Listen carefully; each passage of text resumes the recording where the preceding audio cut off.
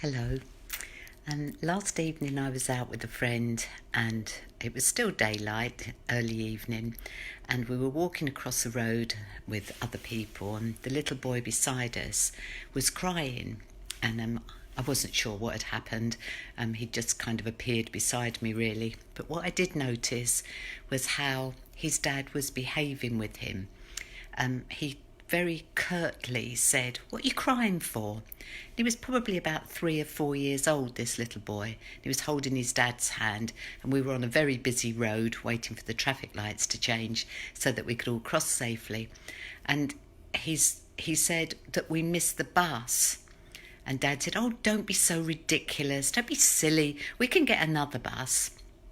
And I instantly felt for this little boy who, perhaps, I don't know, this is how I interpreted what was going on for him, was that he couldn't work out how he was going to get back by missing the bus.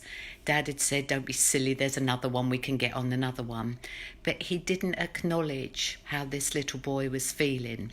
He stayed up at the 5'10" that he was, and the little boy was kind of down as the height of the average 3 or 4 year old.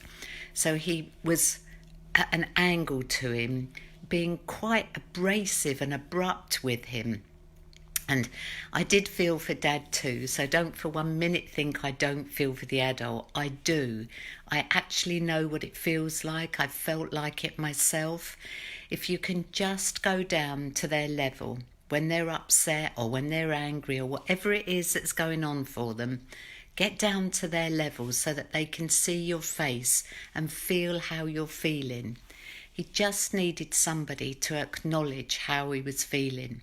He was probably frightened. He'd got no idea. We have to remember that our little ones are relying on us for everything until they get old enough to understand and learn how these things work. He'd perhaps never missed a bus before. It's quite simple.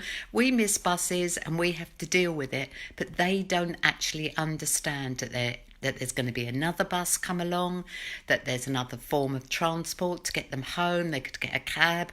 They could do lots of other things. They may even be able to walk. But that isn't what happened to that little boy. In that moment, he was frightened that they weren't going to be getting home. And instead of Dad acknowledging his feelings, the little boy stopped crying instantly. So he swallowed all that fear instead of somebody being able to acknowledge it for him and him being able to move forward and understand.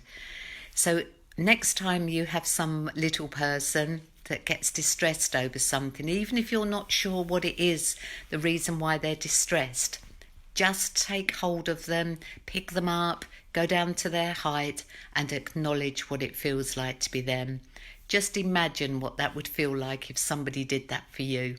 Have a really lovely day. Please share this with your friends, and I'll be back again tomorrow. Bye.